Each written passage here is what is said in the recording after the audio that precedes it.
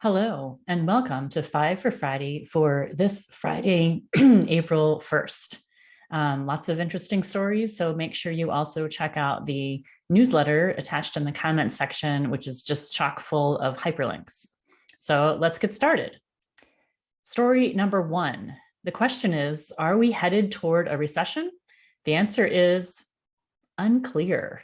There are lots of signals that, yes, we are heading toward a recession.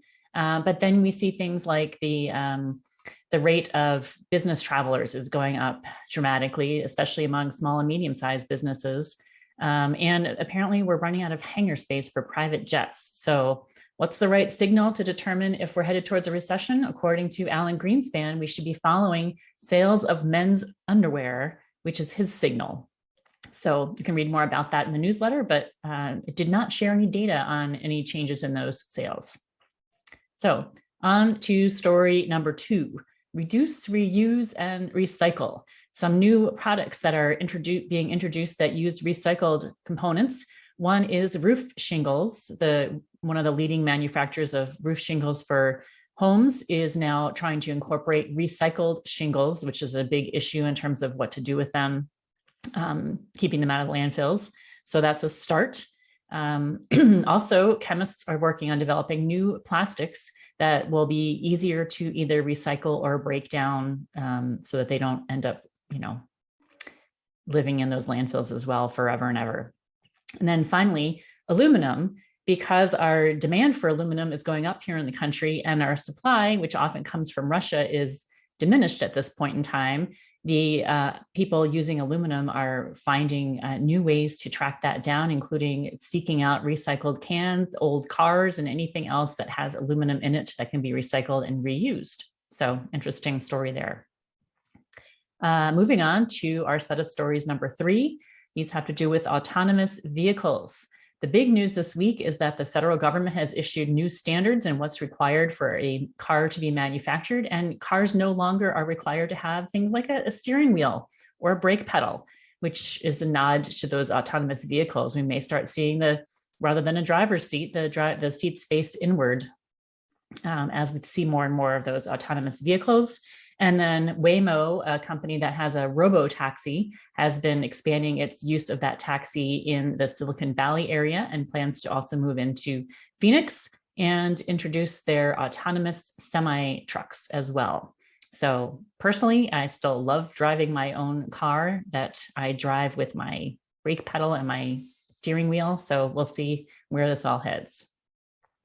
Moving on to our group of stories number four, lots of new technology, some that's coming out during the war that Russia's waging against Ukraine, and some coming out from peacetime activities. The most concerning one is Russian use of kamikaze drones, which again sounds like some kind of futuristic dystopian product.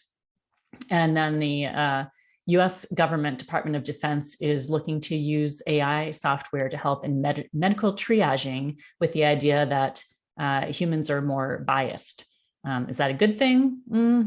Again, too many dystopian books I've read in the past, so we'll see.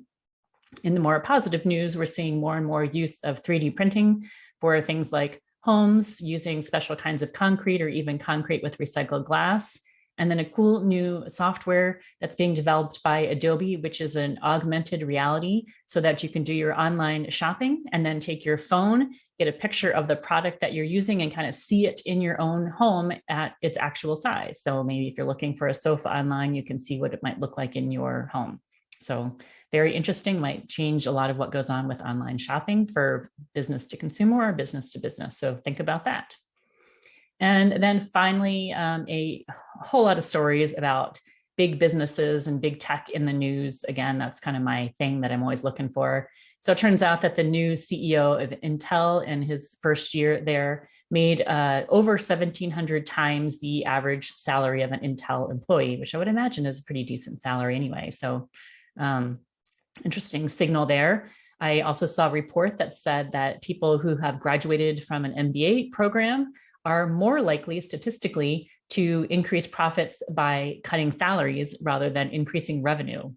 That's interesting, and I'm not sure how that connection comes into play, but that's what the research says.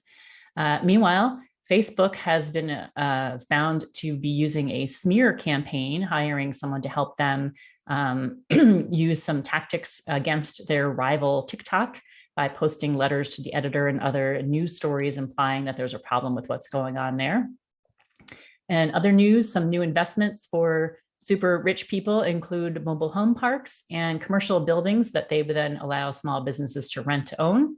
And my entertaining story of the week, apparently big tech firms in China are laying off lots of people, but rather than using the term layoff or whatever term is typically used, instead they are sending them congratulations letters. Congratulations on your graduation from our business.